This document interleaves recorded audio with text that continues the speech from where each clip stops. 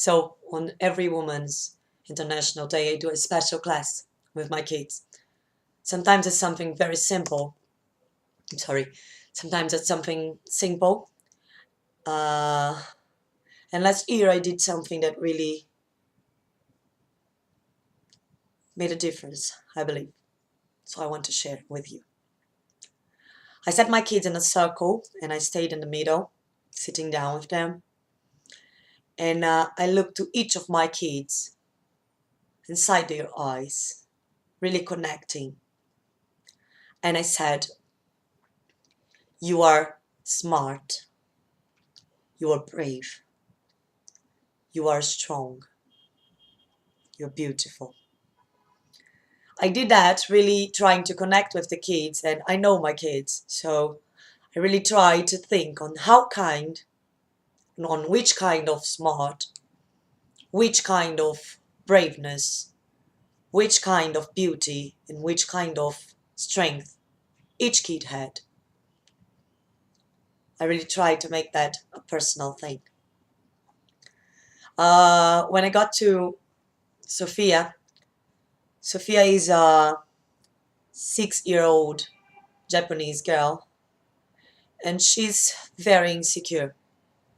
She never really participates on the games and the activities that we ask of her. She does a lot of mistakes, and she's always with that attitude of scared and shall I say, I don't know. Sorry, I don't know. I don't know. On the beginning, I thought it was because of English that she really didn't understand the language and that scared her. But I started to go through other classes just to watch my kids and understand how they behave with other teachers. And she had the same attitude on Portuguese or maths. So on that day, I looked to Sophia and she was looking down, of course. I said, Sophia, please look in my eyes. I touched her chin like. So she looked at me like this, with the shoulders and the chest. And I said, Sophia,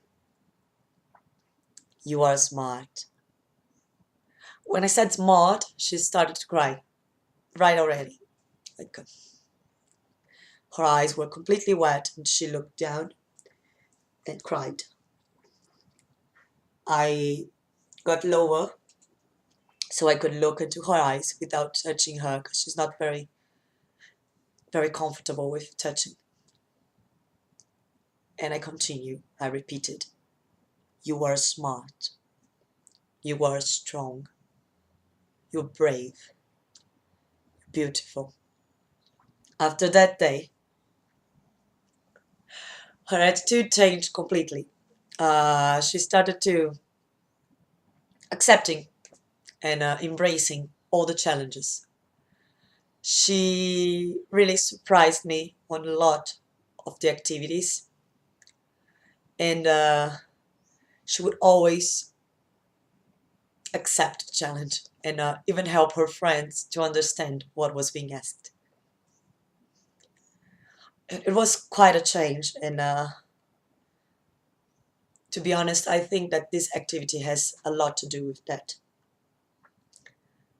At the end of the year, another special day for the teacher is the Witches' Day, Halloween, when I also celebrate the magic of the road and women's power, women power. And on that day, I asked the kids to draw something that they wanted for the world, not for themselves, not for their family, not for the teacher, but for the world. And they really thought about it. And at the end, I did a ritual with all the wishes.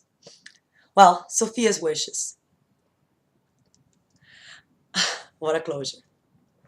She drew a kid crying a lot and a X mark on red. Very didactical.